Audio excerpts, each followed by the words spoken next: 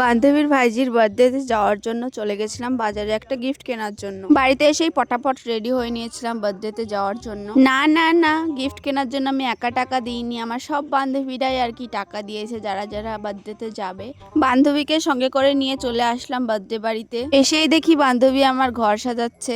আমি এসেই বান্ধবীকে বলে দিয়েছি বড় কেকের পিসটা যেন আমিই পাই। ও বলেছে ঠিক আছে। এটা হচ্ছে বার্থডে গার্ল, ওকে আমি কোলে করে নিয়ে একটু কথা বলছিলাম। বাচ্চাদের কাছ থেকে নিয়ে বার্থডে ক্যাপ পরে নিচ্ছিলাম, বিকজ আমরাও তো বাচ্চা। বাড়ির কাছের বান্ধবীগুলোই আর কি লেট করে, আমরা তো অনেক দূর থেকে এসেছি, তাও আগে আগে এসছে, আর এরা লেট করে এসেছে। সবাই মিলে বসে একটু গসিপ করছিলাম আর কি। গসিপ করতে করতেই দেখি ডাক পড়ে গেছে, বার্থডে সেলিব্রেশন শুরু হয়ে গেছে। বাচ্চারাই তারাবাজির মতন গুলো দেখলে পরে ভয় পায়, আর আমার বান্ধবীর ভাইজি হচ্ছে ডন, কোনো কিছু থেকে ভয় পায় না। কেক কাটিং শেষে আমরা খেতে বসে পড়লাম। খেতেই তো গেছিলাম, লক্ষ্মীমন্ত বান্ধবী আমার খেতে দিচ্ছিল সবাইকে। সন্ধ্যাবেলায় আমি ভাত টাত খেয়ে নি, তার জন্য খিদে পেয়ে গেছিল। খাবার দেওয়ার সঙ্গে সঙ্গে অ্যাটাক করে দিলাম খাবারের ওপরে। খাওয়া দাওয়া শেষে সবাইকে টাটা বাই বাই করে দিয়ে আমরা বাড়ি চলে আসলাম। আমি এদিকে বাড়ি যাই, তোমরা আরো মিনি ব্লগস এর জন্য সাবস্ক্রাইব করো। বাই।